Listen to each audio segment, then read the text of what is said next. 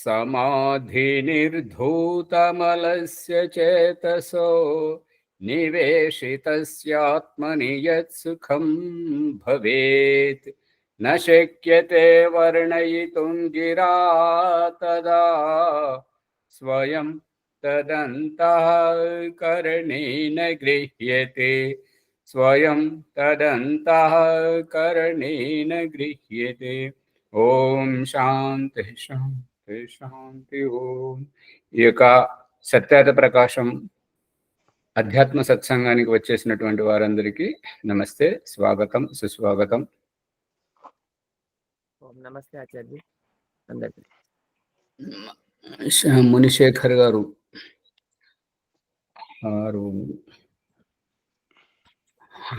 సత్యాన్వేషి గారు ఏవేవైతే ప్రశ్నలు అడిగారో అవన్నీ వెలికి తీయండి, సాధ్యమైనంత వరకు ప్రమాణపూర్వకంగా చెప్పడానికి ప్రయత్నం చేద్దాం. అది ఎవరికైనా సందేహమే ఉంటుంటుంది కాబట్టి సమాధానం గురించి వెతకాలి, ప్రమాణాలు చూపెట్టాలి. కాబట్టి రకంగా వింటున్నారా స్వామి? స్వామి నమస్తే స్వామి. అవన్నీ బయటకు తీయండి. ఇంకా ఏమున్నా కూడా అన్నీ తీసి ఒక క్రమబద్ధంగా పెడితే సమాధానం వస్తుంటుంది అన్నింటి. సరే సరే స్వామి, సరే. నేను రేపు చేయమంటారా స్వామి? రేపు చేయండి, రేపు కానీ ఎల్లుండి కానీ, ఇంకా చాలా సమయం. సరే సరే స్వామి. మళ్ళీ అతను కామెంట్లు పెడుతున్నాడు, నాకేమో ఇక్కడ సమయం ఉండలేదు. ఏంటంటే షికారుని గుఫలోకి సింహము రాణిస్తుందంట. అందుకని అతన్ని ఏమనకపోతేనే బాగుంటుంది. కానీ దానికి సందేశం ఏమి ఇవ్వాలి అంటే, నువ్వు ఆదివారం పూటనే ఇస్తావు కానీ మేమైతే రోజు ఇస్తున్నాము, ఈ గ్రూప్లోకి రా.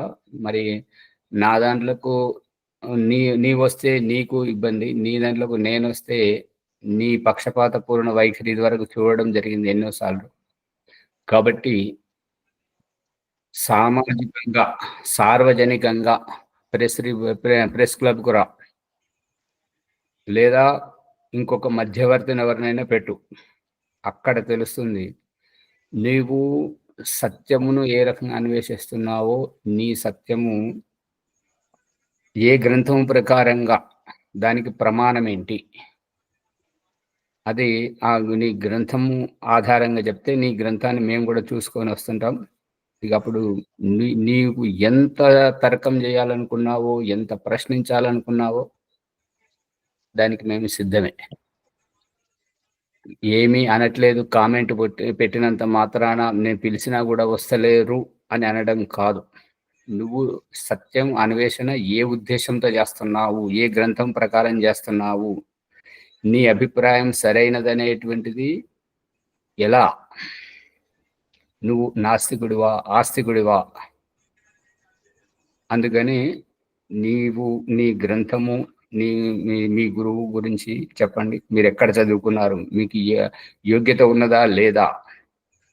కేవలం అందరినీ అది ఇటువంటి యక్ష ప్రశ్నలు వేసి, యక్ష ప్రశ్నలు అది నీకు కావచ్చు, ఇవి ప్రశ్నలే కావు నువ్వు అడిగినటువంటిది, అవన్నీ సమాధానం వస్తాయి.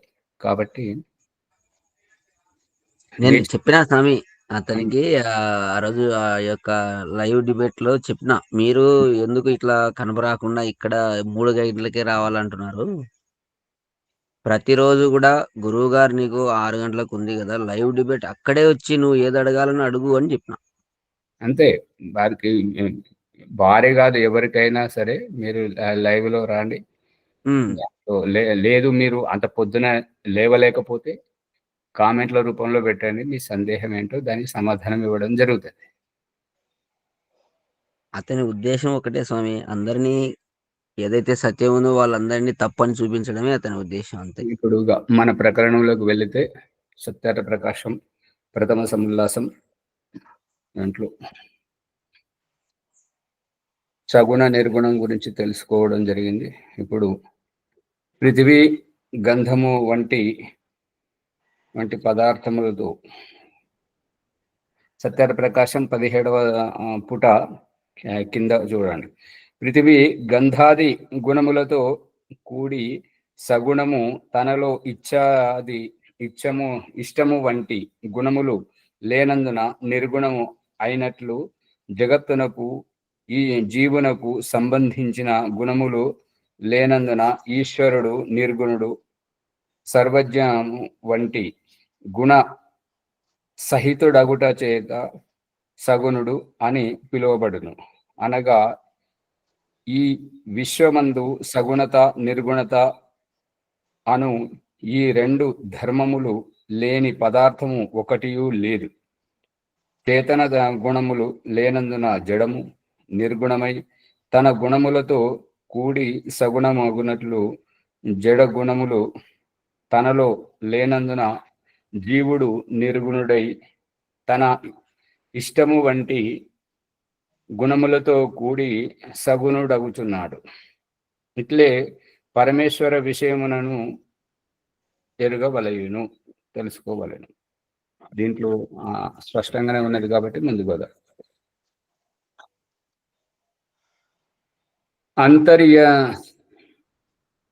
అంతర్యంతుం నియంతుం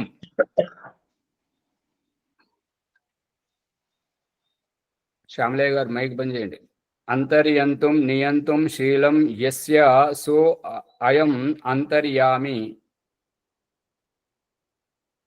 అంతరి అంతం అంతుం అంతరి అంతం అంటే లోపల, అంతర్యంతం బయటకు పొక్కకుండా లోపల ఉండేటువంటి, నియంత్రణ చేస్తున్నటువంటి శీలం స్వభావము యస్య ఎవరిదైతే ఉంటుందో సో అటువంటి అయం ఈ పరమేశ్వరుని అంతర్యామి అనడం జరుగుతుంది. సమస్త ప్రాణి అప్రాణి రూపమోగు జగత్తు నందు అంతటా వ్యాపకుడై సర్వమును నియమించువాడు కావున ఈశ్వరునికి అంతర్యామి అని నామం. ఇది ఎలా తెలుస్తుందంటే ఈ ప్రకరణం అనుసారంగా అప్రాసంగికమైనా కూడా ప్రసంగంలోని అంతర్భాగమే కాబట్టి చాలా జాగ్రత్తగా వినండి. ఏంటంటే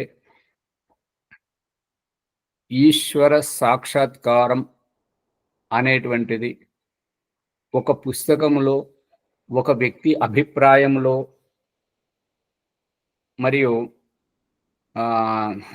ఇంకేదైనా ధర్మ గ్రంథములో ఉండదు. సహజమైనటువంటి వ్యవహారంలో ఇదివరకు మనము తెలుసుకున్నటువంటిది ఏంటంటే మాధ్యమం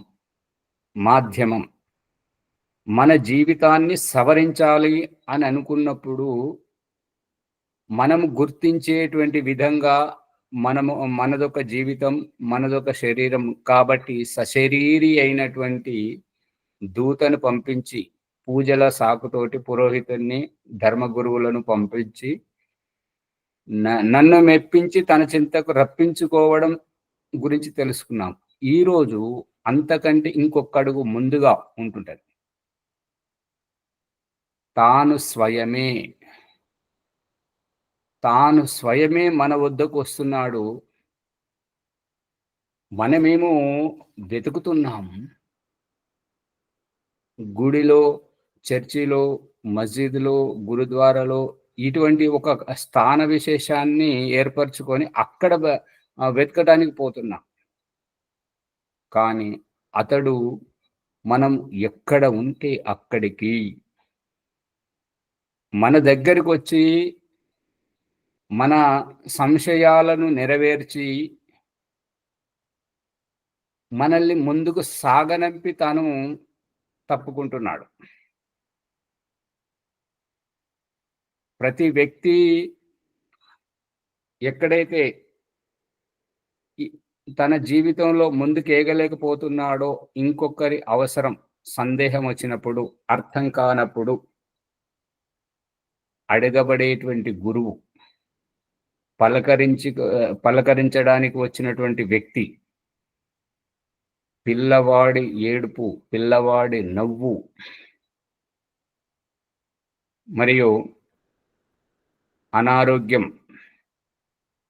అనారోగ్యం బారిన మనము పడితే చికిత్స చేసేటువంటి వైద్యుని రూపంలో, భిక్షగాడి రూపంలో, కుక్క రూపంలో, అనేక రూపాలతో నువ్వు రూపంతో చూడాలనుకున్నావు కదా.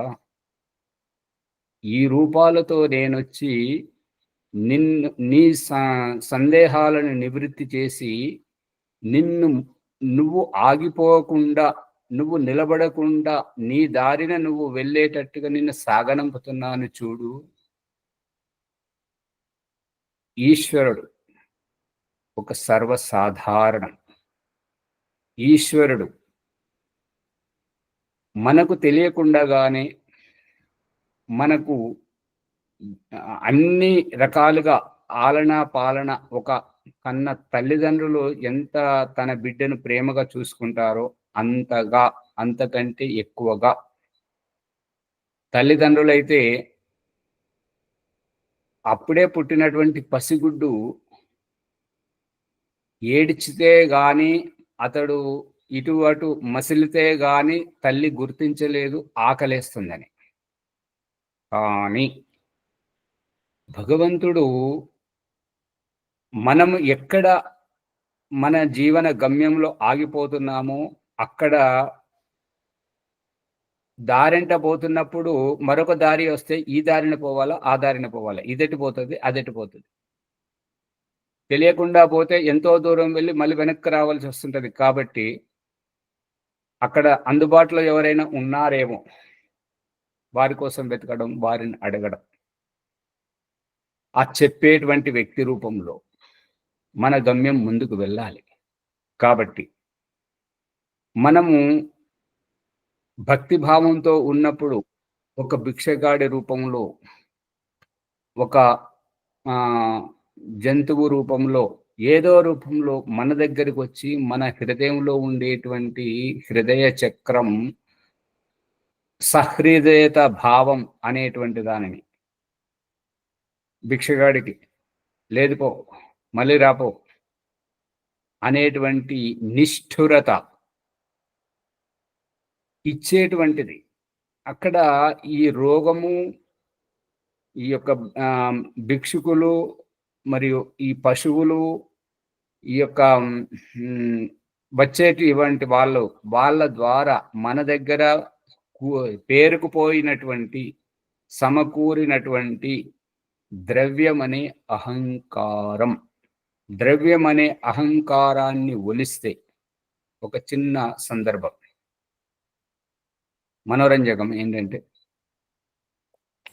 ఒక పెద్ద గొప్ప షావుకారు దగ్గర అతనిది ఏంటంటే చుట్టుపక్కల చాలా పేరున్నదనమాట. అంత మంచి వ్యాపారం చేస్తుంటాడు, వడ్డీలకు డబ్బులు ఇస్తుంటాడు, చాలా చేస్తుంటాడు. కాబట్టి అతని దగ్గరికి ఒక పనివాడు వచ్చాడు. పనివాడు వస్తే అతడు పనివాడినిగా చూస్తున్నప్పుడు ఎదుటి వారిని అర్థం చేసుకునేటువంటి మనస్తత్వం ఉన్నది. కాబట్టి పనివాడిని ఈ పని చేయి, ఆ పని చెప్పి అని చెప్పేసి చేసుకుంటూ ఉంటుంటే ఎప్పుడూ తనను లెక్కలు అడిగేవాడు కాదు. ఎంత తీసుకొచ్చావు, ఎంత వచ్చింది, ఎవరేమిచ్చారు, మిగతాది ఎందుకు ఇవ్వలేదంట, ఎప్పుడు ఇస్తారంట అనేటువంటిది ఏది అడిగేవాడు కాదు. ఏవైనా పద్దులు వసూలు చేయాలంటే ఫలానా వారు ఇంత ఇచ్చారు అని చెప్పేసి ఇస్తే అంతే తీసుకునేవాడు. ఆ రకంగా ఈ షావుకారి గారి మనస్తత్వాన్ని అతను పసిగట్టాడు.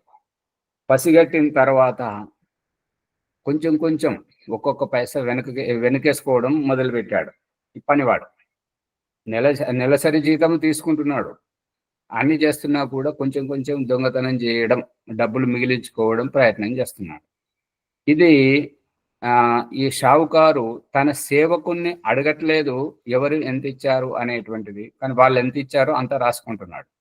మళ్ళీ వాళ్ళని కనుక్కుంటున్నాడు ఈ సేవకునికి తెలియకుండా, ఎంత ఇచ్చావు, ఏమిటి విషయం అని చెప్పేసి వాళ్ళని కనుక్కుంటున్నాడు. ఇతను తక్కువ ఇస్తున్నాడు అనేటువంటిది పనివాడు తక్కువ చెల్లిస్తున్నాడు అనేటువంటిది షావుకారికి తెలిసిపోయింది. కానీ ఎప్పుడు కూడా ఆ యొక్క సేవకుడిని అనుమానం దృష్టితోటి ఏమీ మందలించలేదు. ఈ రకంగా తాను మిగిలించుకున్న డబ్బులన్నీ ఒక డబ్బాలో వేసుకుంటున్నాడన్నట్టుగా. అతను ఆ డబ్బాను ఊపి చూసుకుంటున్నాడు. రోజు నిండుకొచ్చిందని జెప్పేసి ఆ రకంగా. ఇక ఒకరోజు ఆ డబ్బులు ఎక్కువైతున్నాయి కాబట్టి ఆ పనివాడు ఏమన్నాడంటే, "అరేయ్! ఇటు రారా" అని అంటే, "ఏం సేటు అరేయ్ తురేయ్ అంటున్నావు? మేము గూడా మనుషులమే గదా! మాకు గూడా స్వాభిమానం ఉంటది గదా!" అనంటే, "అలాగా బిడ్డ, సరే" అని జెప్పేసి చెప్పడం జరిగింది. తన కొడుకు మాదిరిగా షావుకారు వ్యవహారం జేయడం జరిగింది. ఈ రకంగా ఏంటి మరొక రోజు ఏమన్నాడంటే, "ఏంటి ఇక్కడికి, అక్కడికి పంపిస్తున్నావు? మాకు గూడా శరీరం అలిసిపోతది గదా! మేము గూడా ఇబ్బంది పడతాం గదా! ఇక్కడ పో, అక్కడ పో అని జెప్పేసి ఎప్పుడు తరుముతూనే ఉంటుంటావు. మే మాకు గూడా నిలకడగా ఉండాలని ఉంటది గదా!" అనన్నాడు. "ఓహో! అలాగా. సరే నువ్వు కూర్చుని నేను తీసుకొస్తానని" జెప్పేసి ఆ షావుకారు గారు జెప్పారు. చెప్పిన తర్వాత ఇతని సమస్యను ఎట్లా పరిష్కారం జేయాలని జెప్పేసి ఒక సాధువు దగ్గరికి వెళ్లి అడిగితే ఏమన్నాడంటే, అతనికి ఈ రకంగా మీ ముందు మాట్లాడించడానికి కారణమైనటువంటిది అతడు సంగ్రహించుకున్నటువంటి ధనము. దానిని నువ్వు పట్టుకో. దాన్ని పట్టుకొని ఆ డబ్బాలో ఉన్నటువంటిదంతా తీసేయి. అతడు ఎక్కడైతే సమకూర్చుకుంటున్నాడో. అయితే ఇంకొక పనివాడిని పెట్టుకొని ఇతన్ని పసిగట్టమని జెప్పాడు. ఆ సాధువు చెప్పిన దాని ప్రకారం ఈ ఈ షావుకారొచ్చి ఇంకొక పనివానితోటి ఇతను ఎక్కడ ఉంటున్నాడు, ఏం జేస్తున్నాడు అని చెప్పేసి అతని వెనకనే ఉండి పసిగట్టమని జెప్పాడు. ఆ డబ్బాలో వేసుకొని ఊపి చూసుకుంటున్నది నిండినటువంటిది ఇంత డబ్బొచ్చిందని జెప్పేసి అతను సంతోషపడుతున్నాడు. ఈ సాధువు ఏం జెప్పాడు, అతను లేనప్పుడు అతను ఏ డబ్బైతే సంగ్రహించుకుంటున్నాడో దాన్ని తీసేయమని జెప్పాడు. ఆ డబ్బాలోంచి తీసి అతను ఎక్కడ పెట్టుకున్నాడో అక్కడే పెట్టాలి. మనం ఏమాత్రం జరపొద్దు అని జెప్పాడన్నమాట. ఆ రకంగా షావుకారు గారు వేరే పనివాని చేత ఆ డబ్బాలో ఉన్నదంతా తీపిచ్చాడు. తీపిస్తే వట్టి డబ్బాని అక్కడ పెట్టాడు. ఇతను మామూలుగా ఆ డబ్బులు మిగిలించుకొనొచ్చి దాంట్లో వేసేసరికి డబ్బా ఒకసారి కన్నుమని శబ్దం వచ్చింది. అనేసరికి ఇతని గుండె గుబిల్లుమనిపించింది అన్నట్టుగా. భయమేసింది. ఊపి చూస్తే ఇప్పుడు ఏసినటువంటి ఆ నాణెమే శబ్దం చేసింది. అమ్మో! చాలా భయమేసిందన్నట్టు. ఇప్పుడేందంటే ఎవరొచ్చారు? ఎవరు తీశారు? అని జెప్పేసి బయటకు అడగలేడు.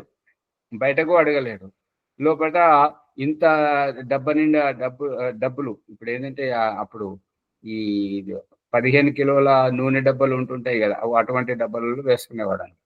నిండినటువంటి డబ్బా ఒకేసారి ఖాళీ అయిపోయింది. ఇక బెంగ పెట్టుకున్నట్టుగా ఉన్నాడన్నట్టుగా. అయితే దుకాణంలోకి రాగానే షా సేటు గారు ఏమన్నారంటే, "బిడ్డ మరి ఈ పని చేసావంటే" బిడ్డ ఏంది సేటు గారు అరేతురే అనండి. అరేతురే బాగుంది. అర్థమైందా? ఏ డబ్బైతే పోగయిందో, ఏ డబ్బైతే ఇదివరకు స్వాభిమానంతోటి ఏం సేటు అరేతురే అంటున్నాం మేము గూడా మనుషులమే గదా! మాకు గూడా స్వాభిమానం ఉంటుంది గదా! అని అన్నటువంటి వ్యక్తి ఇప్పుడు "రా బిడ్డ ఈ పని చేసావా?" అని అడిగితే, బిడ్డ ఏంది సేటు రారా పోరా అనండు. అదే బాగుంటది. మేము పనివాళ్ళం గదా! మీరు సేటు గారు గదా! అని ఇప్పుడు భాష మార్చిండు. అంటే దేని వల్లనైతే అహంకారం పెరుగుతుంటదో, ఆ అహంకారాన్ని తొలగిస్తే అతనికి అతని స్థితి ఏంటో అతనికి తెలిసిపోయింది. భగవంతుడు మన దగ్గర ఉన్నదాన్ని ఖర్చు చేయడం. ఈ భిక్షుకుల ద్వారా, ఈ యొక్క పశువుల ద్వారా, రోగముల ద్వారా, ఇంకా ఈ పూజల ద్వారా, ఈ ప్రతి దాంతోటి మన దగ్గర సమకూరినటువంటిది నువ్వు ఈ ఈ సమకూర్చుకున్నటువంటి ధనం ఏదైతే ఉన్నదో దీనితో ముడిపడి నువ్వు ఇక్కడే ఉండి ఈ శరీరం సహకరించని నాడు మళ్ళీ ఇటువంటి సుఖమునే అనుభవించడానికి పునర్జన్మను కోరుకుంటావు కానీ నా సాన్నిధ్యాన్ని కోరుకోలేవు అనేటువంటిది భగవంతుడి సారాంశం. అందుకని మన జీవితం ఎక్కడ ఆగిపోవద్దు, నిరంతరంగా కొనసాగాలి అని జెప్పేసి మనకు ఎక్కడెక్కడ జీవితంలో ఇబ్బందులొస్తున్నాయో అక్కడక్కడ మనకు ప్రేరణాదాయకుడుగా రోగంతోటి ఉన్నప్పుడు పలకరించే ఆత్మీయ బంధువుగా వస్తున్నాడు. చికిత్స చేసే వైద్యునిగా వస్తున్నాడు. మనం ఇంకా ఏదైనా ఇరకాటంలో ఉన్నప్పుడు మనకు సలహాలిచ్చి మనల్ని ప్రోత్సహించేటువంటి విధంగా, మనకు సత్యమేంటి అసత్యమేంటి తెలియజేసేటువంటి న్యాయాధీశునిగా, అన్ని రకాలుగా మన సమస్యలను పరిష్కరించేటువంటి విధంగా దేవుడు మన చుట్టే ఉన్నాడు. ఈ వ్యక్తులు ఒక సాకు.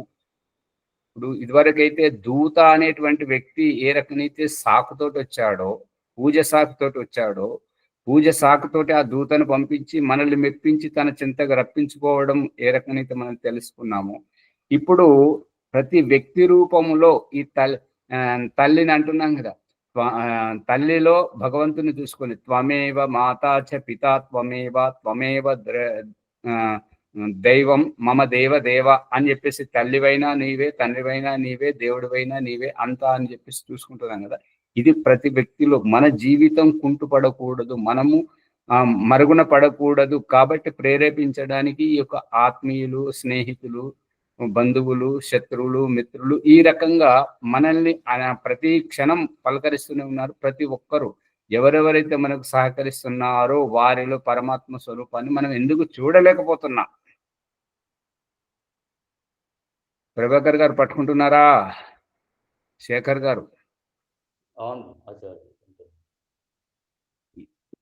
దేవుడు జీవుడు పరమేశ్వర గుర్తించలేదు కాబట్టి వరకు గుర్తించలేకపోయింది. ఆగనమ్మ గారు, దేవుడు జీవుడు ఈ రెండే చేతన పదార్థాలు. చేతన పదార్థాలు రెండే అయినప్పుడు జీవుడి రూపంలో అనేక జన్మలలో 84 లక్షల జన్మలలో ఉన్నప్పుడు ఒకరు ఇంకొకరికి సహకరించడం ఏమిటి? ఎవరి పురోగతిని వారు చూసుకోవచ్చు కదా, ఇంకొకరికి చేయాల్సిన అవసరం ఏముంది? అదే మన నిజ జీవితంలో చూస్తుంటే ఏదైనా ఉద్యోగం కానీ ఏదైనా ఖజానా దొరికినా కూడా ఎవరి స్వార్థం వారు చూసుకోవడానికి ప్రయత్నం చేస్తుంటారు. మరి తినడానికి ఏదైనా పదార్థం అయితే ఎవరిది వారే చూసుకోవడానికి ప్రయత్నం చేస్తారు. విశ్రాంతి కోసం ఎవరిది వారే చూసుకుంటారు. ఎవరి శ్వాస వారే, ఎవరి చూపు వారే అన్నీ చూసుకుంటున్నప్పుడు మరి ఈ విషయంలో కూడా ఎందుకు ఆలోచించట్లేదు? ఒకరికొకరు సహకరించడం ఏంటి? ఇది ఋణానుబంధం. అందుకని ఈ ఋణానుబంధం రూపంలో మనకు సహకరిస్తున్నటువంటి ప్రతి ఒక్కరిలో పరమాత్మ స్వరూపం చూసినప్పుడు, ఒకరిని అర్థం చేసుకొని సహృదయత భావంతో వారి జీవితం నిలబెట్టినప్పుడు, ఒకరి జీవితాన్ని ఆగం చేయడం ఒకరు, ఒకరి జీవితాన్ని దత్తతగా తీసుకొని నిలబెట్టడం ఇంకొక ఎత్తు. ఒక వ్యక్తి కళ్ళు సారా తాగించి వారి జీవితంలో వాళ్ళు సంపాదించుకున్న దాన్ని అంతా ఆగం చేసి వాళ్ళని రోడ్డు మీదకి తీసుకురావడానికి ఒక ప్రయత్నం, ఇంకొకరిని తల్లిదండ్రులు లేనటువంటి అనాథలను చేరదీసి చదివించి పెళ్లి చేసి వాళ్ళ జీవితాన్ని నిలబెట్టడం. ఈ రకంగా చేస్తున్నటువంటి ప్రతి వ్యక్తిలో ఈశ్వరీయ భావం, ప్రతి పశువులోను ప్రతి దాంట్లో ఈశ్వరీయ భావం చూసినప్పుడు మనకు ఈశ్వరుడు మన చుట్టే ఉన్నాడు అనేటువంటి భావం. వారి స్వార్థం గురించి వచ్చినా అది వారు చేసుకుంటున్న పురుషార్థం, కానీ మనకు సహకరించే దాంట్లో, మనల్ని ఇబ్బంది పెట్టే దాంట్లో వారు కర్మ చేస్తున్నారు, అది వారు అనుభవిస్తుంటారు. కానీ మనకు సహకరించి మనల్ని ముందుకు ప్రేరేపించేటువంటి వాళ్ళ దాంట్లో పరమాత్మతత్వం. అర్థం కావట్లేదా? మొదటిసారి వచ్చింది కదా, ఇంకా ఇటువంటి దీని మీద చర్చ చేస్తుంటే మన ముందు ఇంకా స్పష్టంగా అవుతుంటాయి. అందుకని అంతర్యామి లోపల ఉండి మనల్ని తప్పు చేస్తున్నప్పుడు హెచ్చరించడం, మంచి చేస్తున్నప్పుడు ఆనందింపజేయడం, పులకరింపజేయడం, పరవశింపజేయడం, ఉత్సాహపరచడం, ఇదన్నీ లోపల నుండి చేస్తున్నాడు కదా. ఈ అనువనువున ఉండి ఇవాళ శ్యామలయ్య గారు ఏమంటున్నారంటే, జీవాత్మ బిందు స్వరూపముగా, బిందు స్వరూపం ఉండదు స్వామి, బిందు రూపం ఉండదు. బిందువు ఎలా తెలిసింది అని అంటే, కంటికి కనబడ్డది ఆకృతి రూపం. జీవాత్మకు ఆకృతి రూపం లేదు. శుక్రంలో ఉండేటువంటి ఆ యొక్క శుక్ర కణాన్ని మైక్రోస్కోప్ తోటి ప్రయోగశాలలో చూడడం జరుగుతుంటుంది, అంతేగాని కంటికి కనబడదు. మరి చనిపోయినప్పుడు కూడా ఈ మృత శరీరాన్ని దాటిపోతున్నటువంటి ఆత్మతత్వం కంటికి కనపడనిది. కనపడకుండా అది భగవంతుడు మనకు చూపిస్తున్నాడు. దాన్ని బిందు స్వరూపము అని అంటే ఇక్కడ చెప్పినప్పుడు సవరించకపోతే మీరు ఇంకొకరికి చెప్పినప్పుడు వాళ్ళు బిందు స్వరూపము అంటే మీ ఆర్య సమాజం కంటే వాళ్ళు బ్రహ్మకుమారి వాళ్ళు ఓం శాంతి వాళ్ళైతే పెట్టుకుంటున్నారు కదా బిందు స్వరూపం, అది వాళ్ళదే నిజం అని చెప్పేసి ఆ రకంగా అవుతుంటది. అర్థమవుతుందా శ్యామలయ్య గారు? ఇప్పుడు మైక్రోస్కోప్ లో తోక చుక్కలు అట్లా అవి అట్లా కనబడేటివి ఏంటి ఆచార్య? తోక చుక్కలుగా తోక పురుగులు పురుగులు అదే అది జీవకణమే. జీవకణం ఇప్పుడు మీ ఇది డాక్టర్లు సైన్స్ లో చూపెట్టేటువంటిది మరియు అదే రహస్యాన్ని ఈ యొక్క జాలం మాధ్యమంగా ఇహపరలోకంలో ఓం ప్రకాష్ కూడా వీర్యంలో శుక్రకణాలు ఉన్నాయనేది చూపించాడు కదా. ఆ శుక్రకణం తీసుకొని పిండం ఎట్లా తయారవుతుంది అనేటువంటిది, గర్భంలో ఏ రకంగా ఎదుగుతుంది అనేటువంటిది సచిత్రంగా చూపించాడు కదా. దాని రహస్యమే ఇది. అందుకని ఇది మనం బిందు రూపము అని చెప్పేసి చెప్పడానికి లేదు.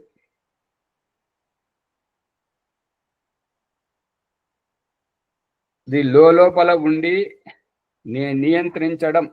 ఇప్పుడు మన లోపల ఉండి మనల్ని ఎట్లయితే నియంత్రిస్తున్నాడో తప్పు చేసేటప్పుడు, మరి మంచి చేసేటప్పుడు మనకు ఉత్సాహాన్ని కల్పించజేయడం, పులకరింపజేయడం, పరవశింపజేయడం, ఈ రకంగా నియంత్రణ చేసేటువంటి స్వభావం ఎవరికైతే ఉంటుంటుందో అటువంటి పరమాత్మను అంతర్యామి అనడం జరుగుతుంది. ప్రాణి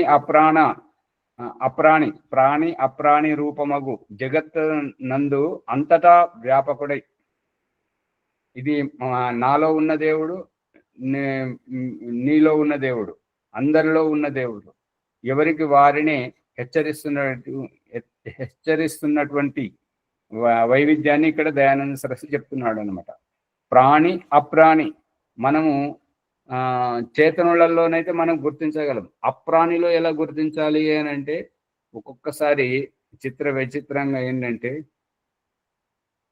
పెద్ద పెద్ద రాళ్ళల్లో కూడా కప్పలను ఉంచి కప్ప నీటిలోనే బ్రతుకుతుంది అని చెప్పేసి దానికి గూడు, ఆ గూట్లో నీళ్లు, ఆ నీళ్ళలో కప్ప, మళ్ళీ బండ, ఆ పెద్ద పెద్ద రాళ్ళు ఎక్కడి నుండి చూసినా కూడా మరి దారి దొరకదు, కానీ అందులో అది బ్రతికే ఉంటుంటారు.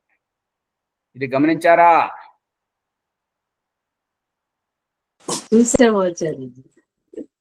గమనించడం. మరి ఇదంతా ఈశ్వరుని యొక్క లీలలు. ఆ లీలలలో మనము ఇవి తెలుసుకోవాలని చెప్పేసి ప్రాణి అప్రాణి రూపంలో ఉండడం. ఈ మేఘము ఉప్పెనతోటి సముద్రంలో లేసినటువంటి నీటి పరమాణువులతోటి చేపల గుడ్లు, కప్పల గుడ్లతోటి అవి కూడా లేవడం వల్ల మేఘం దాన్ని పట్టుకొని ఎక్కడైతే వర్షిస్తుందో ఆ వర్షించేటువంటి వర్షము ద్వారా కప్పలు, చేపలు పైనుంచి పడడం చూడడం గమనార్హం.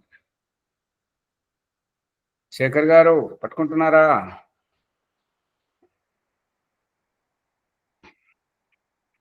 అందుకని ఇది ప్రతి దాంట్లో జడములోను చేతనములోను పరమేశ్వరుడు ఉన్నాడు. అందుకని ఇక్కడ మనం ఇది విగ్రహాల్లో గుళ్ళో దేవుడు లేడు, విగ్రహాల్లో లేడు అని అంటుంటారు.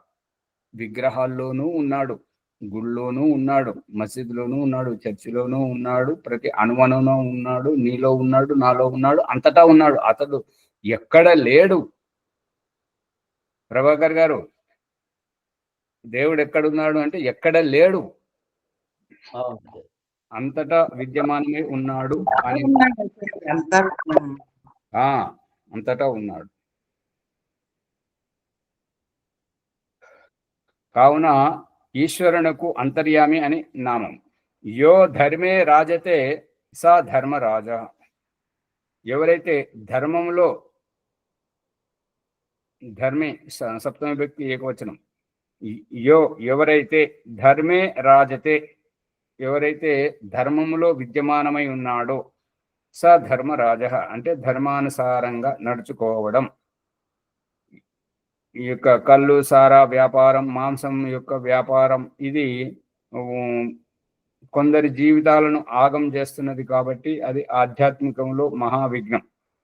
అటువంటిది కాకుండా ఎవరైతే ధర్మపూర్వకంగా ఒకరిని ముంచడం, ఒకరిని మోసగించడం అటువంటిది కాకుండా ధర్మబద్ధంగా, న్యాయపూర్వకంగా, ఎందుకంటే మనము తెలియక చేసినా తెలిసి చేసినా ఒక్కొక్క దానికి పరిణామం చెల్లించాల్సి వస్తుంటది. కాబట్టి కర్మము చెడుకు చెడు, మంచికి మంచి కర్మ మనకు మంచి జన్మకు దారినిస్తుంటది, మనకు ముక్తిని కల్పిస్తుంటది. కాబట్టి అన్యాయం, అధర్మము అనేటువంటిది చేయకుండా ఉండడం ధర్మపూర్వకంగా, అందుకే ధార్మికుడు అని అనిపించుకోవడం జరుగుతుంది.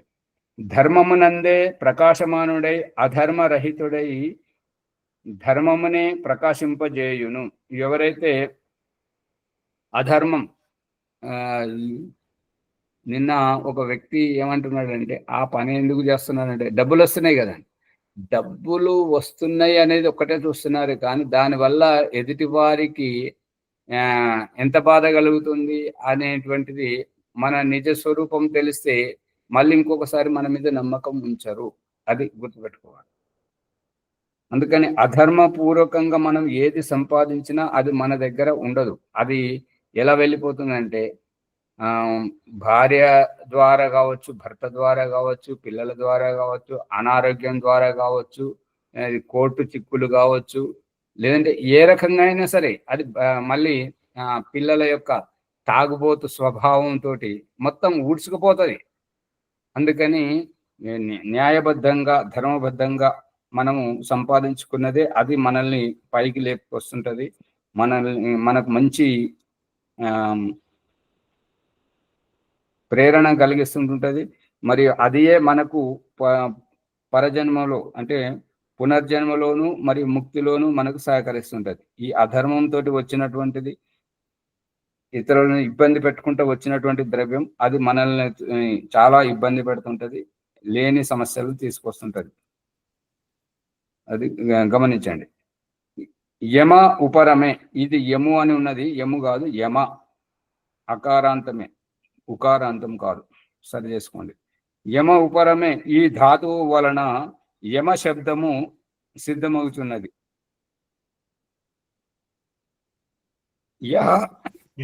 యహ సర్వాన్ ప్రాణినో నియచ్చతి స యమః. ఈ యమ శబ్దము ఏం చెప్తున్నది అంటే ఉపరమము అంటే ముగింపు దశ, దాన్ని చూపిస్తున్నది అనమాట. యహ సర్వాన్ ప్రాణినో నియచ్చతి, ఎవరైతే సంపూర్ణ ప్రాణులను నియచ్చత నిశ్చిత రూపకంగా, నియచ్చతి అని అంటే ప్రాణధారణ గావింపజేయడం, జీవం పోయడం జరుగుతుంటదో, సా యమః, ఆ యొక్క యముడు ఈ రకంగా ప్రాణధారణ గావిస్తున్నాడు, జీవం పోస్తున్నాడు కాబట్టి యముడు అనబడుతుంటాడు భగవంతుడు. సర్వ ప్రాణుల కర్మలకు ఫలముల వసంగు వ్యవస్థ ఒనర్చుచు సర్వ అన్యాయముల నుండి వేరుగా ఉండువాడు కావున పరమాత్మనకు యముడని పేరు. సర్వ ప్రాణుల కర్మలకు, ఏ ప్రాణి ఎటువంటి కర్మ అయితే చేస్తుందో ఆ కర్మలకు ఫలితం ఇచ్చేటువంటి వాడు, అటువంటి వ్యవస్థను ఏర్పరుస్తున్నటువంటి వాడు పరమేశ్వరుడు. సర్వ అన్యాయముల నుండి, ఏ అన్యాయంతోటైతే ఇతరులకు మానసిక క్షోభ, ఆత్మిక క్షోభ కలుగుతుందో, అంగభంగం అవుతుంటుందో, లేదంటే ఆర్థికంగా దిగజారిపోయి రోడ్డు మీదకి వచ్చి బర్బాద్ అవుతుంటారో, వాటికి కారణం మనము కనుక అయినట్టయితే దానికి అది పరిణామం తప్పనిసరిగా అనుభవించాల్సి వస్తుంటుంది. ఎవరు చేసుకున్నటువంటి కర్మ ఆ రకంగా దానికి కర్మ ఫలితం తప్పనిసరిగా అనుభవించాల్సి ఉంటుంటుంది. కాబట్టి ఇటువంటి అన్యాయముల నుండి, అన్యాయంలో జీవుడు ఉంటాడు కానీ పరమాత్ముడు ఉండడు. పరమాత్ముడు ఇటువంటి అన్యాయములకు వేరుగా ఉంటాడు. అన్యాయం ఎవరితో చేయాలి? తనకుతో సమానంగా ఎవరు లేరు, తనకంటే గొప్పవారు ఎవరు లేరు. గొప్పవారు లేనప్పుడు, సమానంగా లేనప్పుడు, తన బిడ్డలే అయినప్పుడు వారితో పాటు అన్యాయం చేసేటువంటి ఈ జీవులు ఇప్పుడు చేస్తున్నారు కదా, అది తండ్రిని చంపడానికి, కొడుకును చంపడానికి తండ్రి, కూతురుని అమ్మడానికి తల్లి, ఈ ఈ రకంగా ఇప్పుడు చేస్తున్నారు. ఇది జీవులు చేస్తున్నటువంటి అన్యాయం. న్యాయాన్ని వదిలేసి అన్యాయపూర్వకంగా చేసుకుంటున్నారు కాబట్టి వారి కర్మకు వారే ఫలితాన్ని అనుభవిస్తుంటారు. కాబట్టి ఇటువంటి అన్యాయంలో పరమేశ్వరుడు ఉండడు. కావున పరమాత్మనకు యముడని పేరు. భజ సేవాయాం, ఈ ధాతువు వలన భగ శబ్దము, దానికి మతు ప్రత్యయము చేర్చుట వలన భగవంతుడు, భగవాన్ శబ్దము సిద్ధమగును. భజ సేవాయాం, సేవ అంటే శుశ్రూష, సేవ అంటే శుశ్రూష అంటే ఇప్పుడు హాస్పిటల్లో నర్సులు చేస్తున్నటువంటిది, మరి శిశువులకు తల్లి చేస్తున్నటువంటిది. ఈ రకంగా కాంగిడిలో గురుకులం ప్రారంభించినప్పుడు మొట్టమొదట తన పిల్లలను చేర్పించినటువంటి స్వామి శ్రద్ధానంద్ గారు రాత్రిపూట మేలుకొని ఎవరేం చేస్తున్నారు, పడుకుంటున్నారా, ఇంకేమైనా కుచేష్టలు ఏవైనా చేస్తున్నారా అని చెప్పేసి చూసేటువంటి వారు. లేచి గదులన్నీ తిరిగి చూసేటువంటి వారు. ఒక పిల్లవాడు కడుపులో వికారం వచ్చి కక్కడానికి ప్రయత్నం చేస్తే అతడు అటు ఇటు చూస్తే బట్టల్లో పడితే మళ్ళీ ఇవన్నీ ఉతకాల్సి వస్తుంటది అని చెప్పేసి అతడి సతమతం అవుతుంటే, నువ్వు ఎందుకు ఇబ్బంది పడుతున్నావు, కక్కు బిడ్డ అని చెప్పేసి అతని దోసిలి పెట్టి తన చేతుల్లో వాంతికి చేయించుకొని బయటకు పోయి పడేశాడు. ఆ రకంగా సేవ అనేటువంటిది జీవాత్మలకు మనము పుట్టే కంటే ముందే తల్లి జతలో కమ్మని పాలను మన ఆహారంగా పుట్టింపజేసి, మరియు మనం పెరుగుతున్న కొద్దీ ఇంకా ఆ తల్లిపాలు సరిపోవు కాబట్టి ప్రకృతి సంపదగా ఈ వృక్ష వనస్పతులతోటి పండ్లు, ఫలాలను, అన్నధాన్యాలను తయారు చేసి మన ముందుంచి మనకు సేవ చేస్తున్నటువంటి తల్లి, తండ్రి, గురువును కాపలా పెట్టి మనము దారి తప్పకుండా జాగ్రత్త పరుస్తున్నటువంటి సేవ. ఈ రకంగా భగవంతుడు మనకు సేవ చేస్తున్నాడు. మళ్ళీ తన దగ్గర ఉన్నటువంటి ద్రవ్యం అంతా జీవులమైనటువంటి మనకు యథాయోగ్యముగా దారబోస్తున్నాడు. కాబట్టి ఈ యొక్క సేవ, భజ సేవాయం, ఈ భజ ధాతువు సేవా అర్థంలో ఉంటుంది. ఈ ధాతువు వలన భగశబ్దం ఏర్పడుతుంది. ఈ భగశబ్దానికి మతు ప్రత్యయము చేర్చుట వలన భగవంతుడు, భగవాన్ శబ్దము సిద్ధమగును. భగ అంటే సకల ఐశ్వర్యం సేవనం వా విద్యతే యస్య స భగవాన్. సకల ఐశ్వర్యవంతుడైనను కూడా ఆ ఐశ్వర్యాన్ని అతడే ఏమీ అనుభవించలేడు.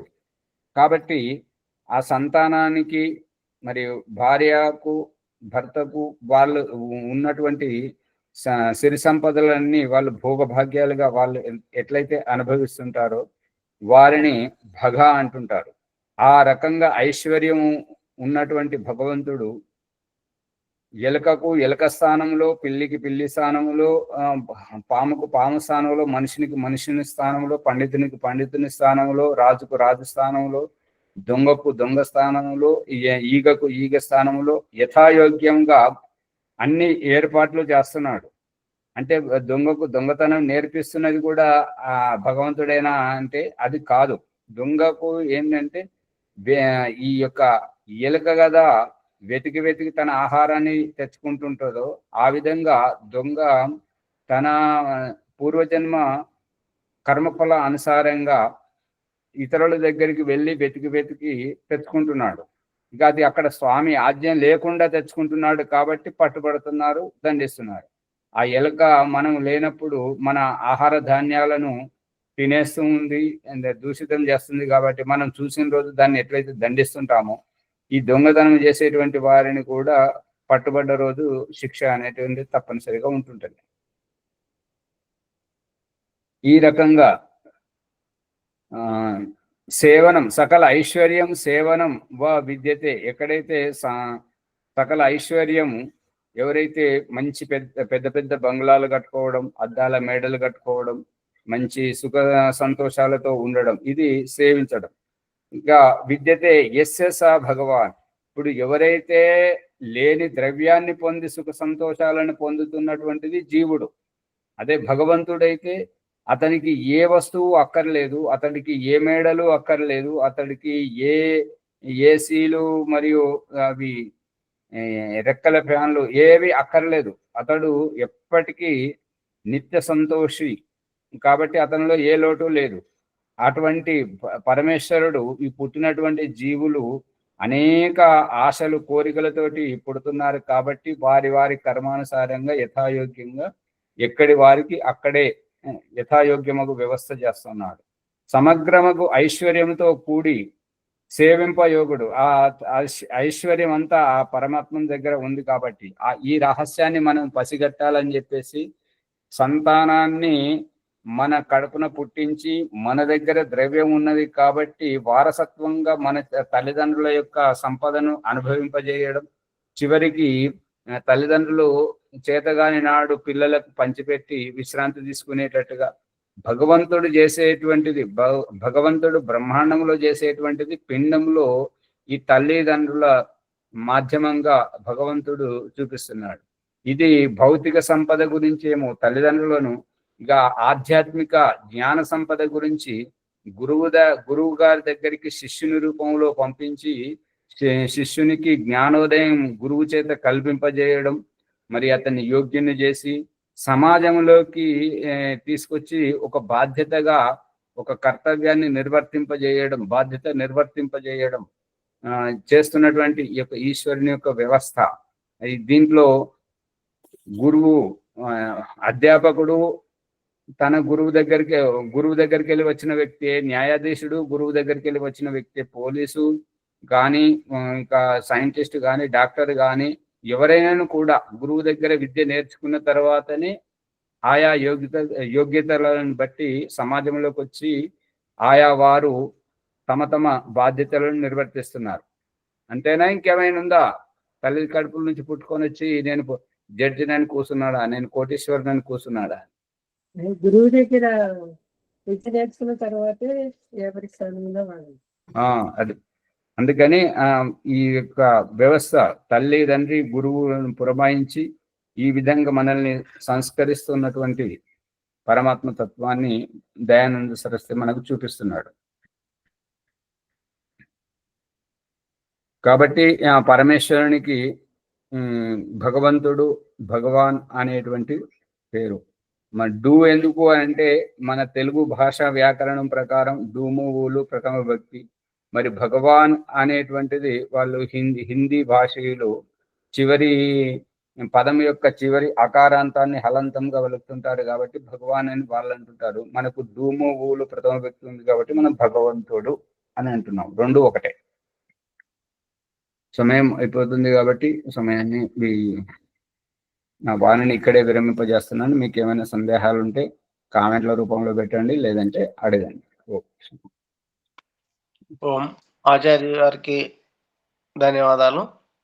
మనకు భగవంతుని గురించి సగుణుడు, నిర్గుణుడు, అంతర్యామి, యముడు, యమధర్మరాజు, భగవానుడు, ఈ విధంగా భగవానునికి ఈ పేర్లు ఏ విధంగా వచ్చినాయి, ఏ విధంగా సార్థకత ఉంది, ధర్మం అంటే ధర్మం అనే దాని గురించి, మరి ఈ సత్యార్థ ప్రకాశము మొదటి సముల్లాసంలో ఉన్నటువంటి విషయాలు అన్నింటినీ మనకు అర్థమయ్యే రీతిగా తెలియస్తున్నారు కాబట్టి ఆచార్య వారికి ధన్యవాదాలు తెలియస్తూ ఈరోజు వైదిక సంధ్య ఎపిసోడ్ గురించి చెప్పండి. ఈ ఎపిసోడ్ని షేర్ చేసి లైక్ చేసి సబ్స్క్రైబ్ చేయాలని, అందరికీ విషయాలు తెలియేటట్లు అందరం కూడా తెలియజేసి చెప్పాలని. ఈరోజు గాయత్రి అమ్మగారిది సంధ్య ఉంది. అమ్మగారు లేనట్టున్నారు, మరి ఇంకా వేరే ఎవరన్నా చెప్పగలుగుతారు? ఓం చేయించాలి చేయించండి అమ్మా. ఓం నమస్తే ఆచార్యజీ. సర్వేభ్యో నమో నమః ఆచార్యజీ. అందరికీ నమస్తే. ఓం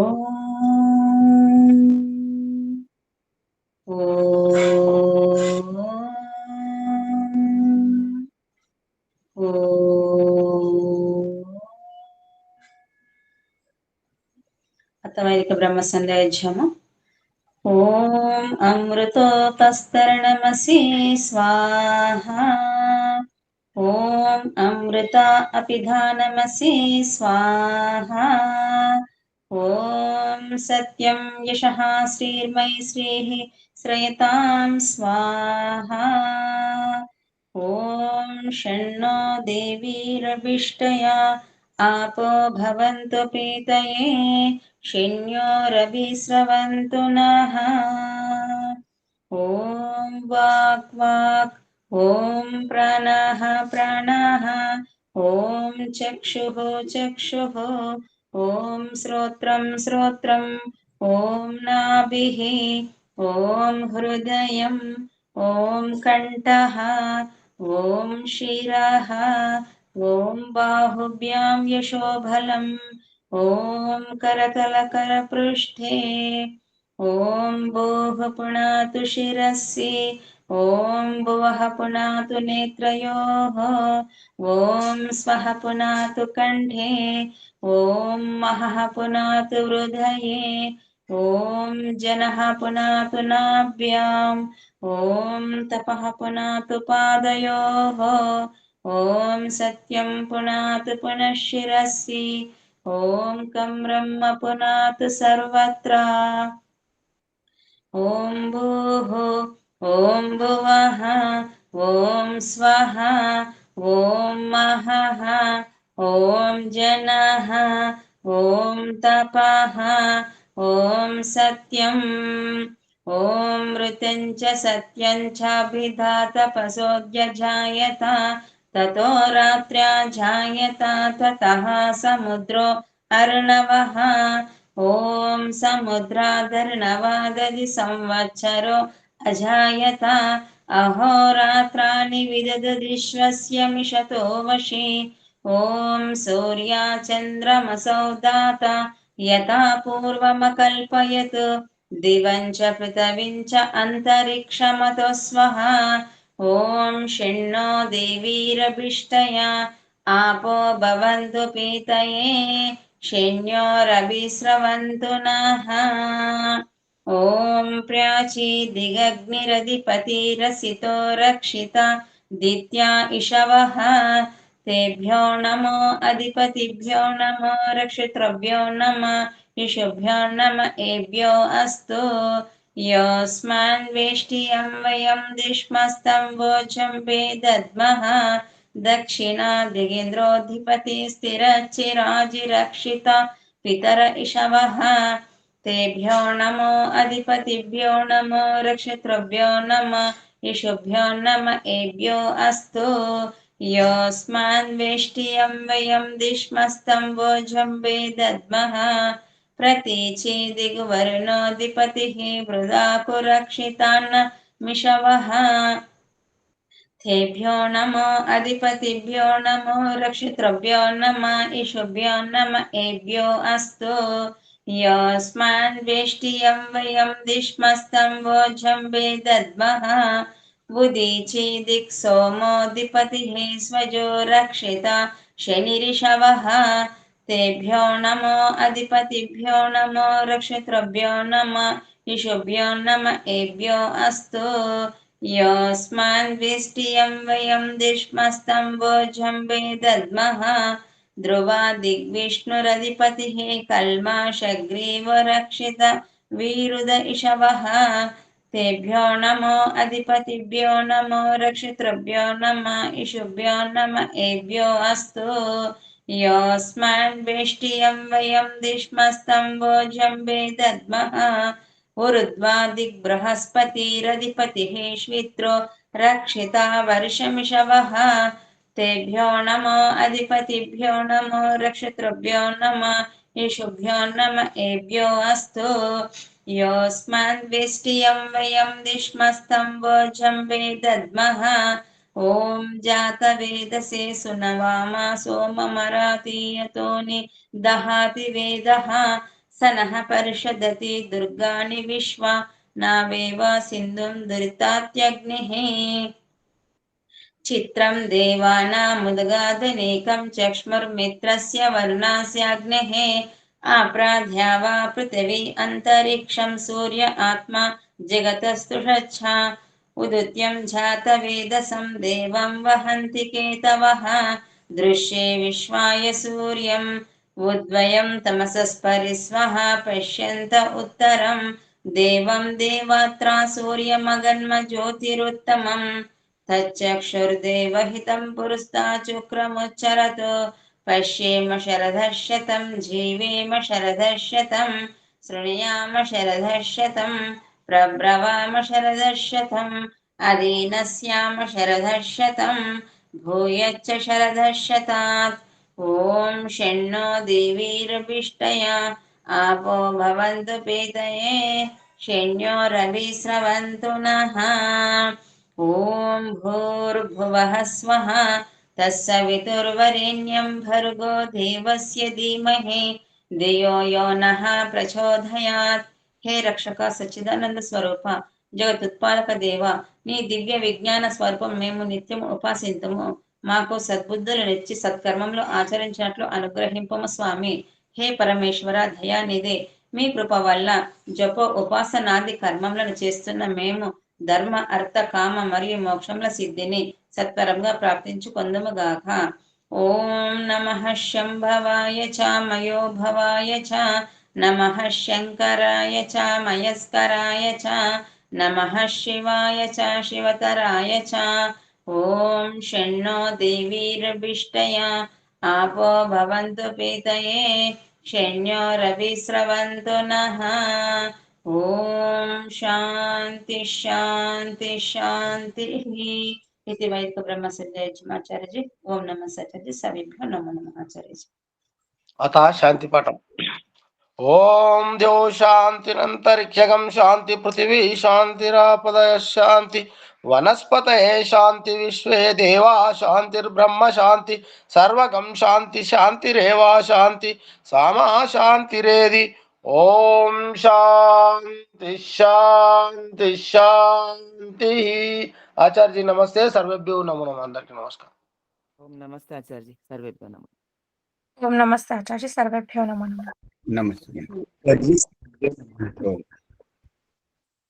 नमस्ते आचार्य सर्वे नमः।